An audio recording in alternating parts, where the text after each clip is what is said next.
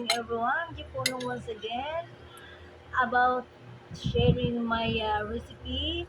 Walang mantika baka mo, wala baka mong oil.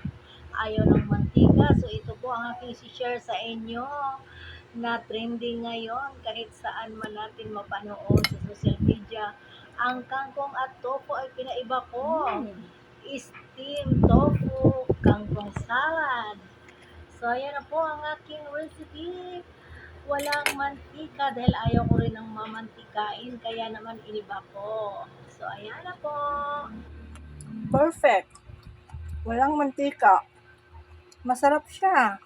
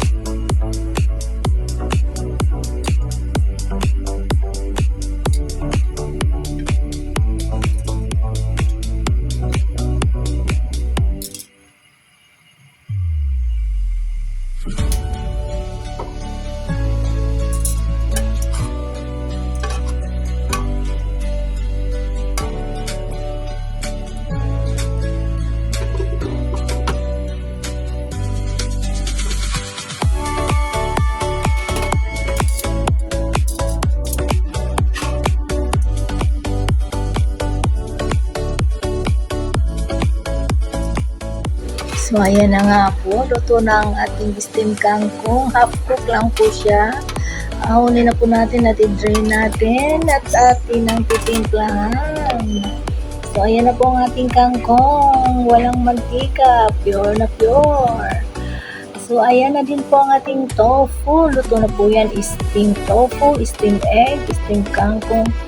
Pagsama-samahin natin at dyan po ay nag-slice lang po ako ng sibuyas. Sibuyas po, red onion para ihalo po natin sa ating tofu kangkong salad. O diba, kakaiba yung pangalan ng aking recipe ngayon. Alam nyo bang trending na trending ngayon sa lahat ng social media yung tofu kangkong? So ayan, pero lagi kong napapanood may mantika. So ayan, para maiba naman tayo, walang mantika. Ito ang naisip ko. Never pa ako nakakita sa social media ng salad na tofu at kangkong. Hopefully ako pa lang ang nakagawa ngayon, kasi ayoko talaga ng mamantikain din, kaya kahit nagawa natin ng paraan. So ayan na po ang kamatis. Lalagyan ko lang po siya ng isang kamatis at isang sibuyas. So ayan, sa mga hindi pa nakasubscribe sa aking channel, please subscribe and hit the button bell para updated kayo sa aking mga videos. Trying hard lang talaga akong magluto ng ano-ano, hindi naman ako expert. So ayan na po, tapos na po ang ating hiwa-hiwa. Ay pagsama-samahin na po natin dyan later ang ating mga ricados, ang ating kangkong na nagsama-sama. Kailangan pa natin paghiwa-hiwalayin na para siyang pansit. Ganun talaga. Kailangan nating magtiyaga para may kakainin. Actually, dinner ko po yan. Hindi na po ako nagra-rice. Nagpa-practice po akong hindi mag-rice. Gayahin ko nga si Base Leonora Balcazar na hindi nagra-rice. So, di ba, walang gasto sa rice. Ang mahal pa naman ng rice ngayon. So, ayan na po, pinagalo na po natin ang ating kangkong at ricados. Nilagyan ko po siya ng black pepper, brown black pepper, and then konting salt. Nilagyan ko nga po yan ng patis eh. So yan, halo na po natin ang ating tofu. Steam na po yan. So ayan na po ang ating tofu. Trending na trending ngayon sa lahat ng social media ang tofu, kung ano-ano na lang pinaghalo-halo nila sa tofu. Kaya subukan naman natin ito para maiba naman. So ayan na nga po ang aking salad. Ayan, nilagyan ko po siya ng kunting patis. Yan na po ang aking panimpla. Patis. Diba? Actually, sa pag-steam ko, nilagyan ko na po ng panimplang asin yung water habang kumukulo. May kunting asin na po yun para may lasa ang ating gulay, ang ating mga in-steam ay magkalasa naman kahit pa paano. So, ayan. Himahimayin lang po natin ang ating paghihiwalay natin ang ating kangkong kasi nagsama-sama siya para siyang pansit. So ayan na po ang ating salad. Hindi ko na po siya nilagyan ng asin. So ayan, masarap po yan, promise. Siyempre ako ang gumawa kaya masarap ang aking tofu kangkong salad. Ayan, at syempre din nakita nyo kanina na nag-steam din ako ng itlog. Ayan, itatoppings po natin ang ating itlog dyan. So ayan na po, buo na ang ating salad. O, diba? Kaya subukan nyo rin dyan sa bahay nyo, baka magustuhan nyo. I'm sure magustuhan nyo kasi masarap talaga siya, lalo na pag kumpleto ang ricado. Sa akin nga yan lang po, pero masarap na po siya, promise. So itatoppings po natin dyan ang eggs. So ayan.